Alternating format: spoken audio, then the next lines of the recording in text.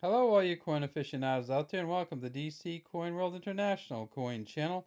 Today we have 10 1-cent coins to look at from the 1940s from the United States of America. And these coins were given us by Big D over from the Big D Coin Channel. And he's done some guest videos on this site. And he does lots and lots of U.S. Coins on his channel. And he also does some foreign or international coins. He probably has about 1,000 or more U.S. coin videos. So if you're going to look at coin videos, that's a good place to go. But why don't you stay here for a few minutes and take a look at these U.S. pennies from the 40s.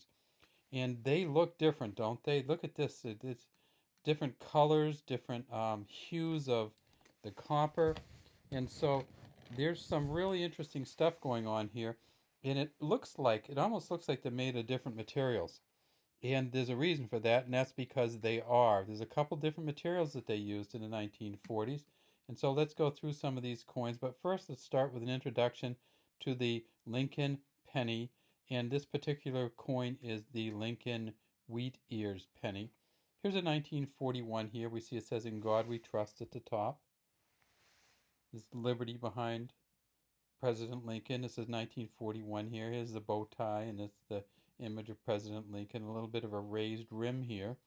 On the back, it says E pluribus unum, 1 cent, United States of America. And we see two ears of wheat, or stalks of wheat going up. And that's why they call these the wheat ears pennies.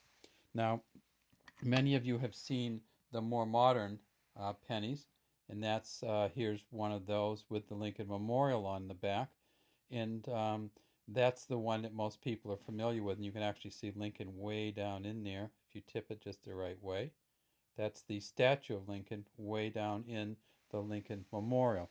But these are the wheat ears pennies, and in 1940s, of course, the United States was embroiled in World War II, and so they had to make some changes in the way they made the pennies and in the materials that they used in them. So in 1941, they just had kind of the standard pennies. They were a zinc, um, they were a bronze coin, which means it had some zinc, some tin, and some copper in it. I think it was 95% copper, 5% tin and zinc. Um, and then as they changed, they had to change some of those materials. And so let's talk about what they did when they went from the quote bronze coins to the other coins. So in 1941, just the regular coins. Let's see what this one is here. 1947. They were just the regular materials, and in 1947, this one looks like it might be a steel one. Why don't we take a look? So it turns out that in 1943, because copper was being used so much in the war for electronics and other things, shell casings for um, mortars and tank shells, that they just did not have much copper left to use, and so they started making the coins out of steel in 1943, the so-called steel cents from 1943. And I think we got three of them here. We can certainly see that these say, that says 1943. See, that's a funky three there. Huh? See how it swings way around? Same on this one. They just had to, I think it just hit the steel different when they put the planchets down. And this is a 43D. So these are good coins. This one on the end, it's unclear what it is, but I think it's a steel cent. But we can tell um, if it is a steel cent or not just by a very simple trick. And those of you who have seen some of my videos before know I'm going to get out the magnet. And here's my red magnet, magnetic on the back. And I can just pick them up and see. You can hear that as it comes up. That's a steel cent because the magnet picks up steel. That's a steel cent, and the magnet picks up steel. I'll put one of the copper ones down here, and you'll see the magnet does not pick up a copper coin. And then here's the last one. I think this is a steel cent, but let's try it. And the magnet doesn't pick it up. So this is a wheat ears cent. We can kind of tell by the back. You can see the 1 cent in the middle, but we don't, it's not a steel one, so we don't know what it is yet. And it's so dirty, and we don't want to clean it, but I don't know. I think we will have to clean it at some point in time just to establish what coin it is. So let's leave us just with the two steel cents here then, the 43 and the 43D. So it was only made in the year 1943. It's a zinc-coated steel, hence the kind of weird coloring. And they did make some error coins here. There's a 1944, they call it a transitional error, when they were moving from the steel uh, to the um, copper or bronze again. They messed up a little bit. So 1944, you're going to see some. It's a you're going to see some doubling maybe on the numbers, and you're going to see kind of a weird kind of transitional errors moving from different materials. But this particular 1943D and 43 here, 43 plain here, this is the Philadelphia one, this is the Denver Mint. They made 217.6 million at the Denver Mint. So this is worth, even in this condition, 25 to 50 cents.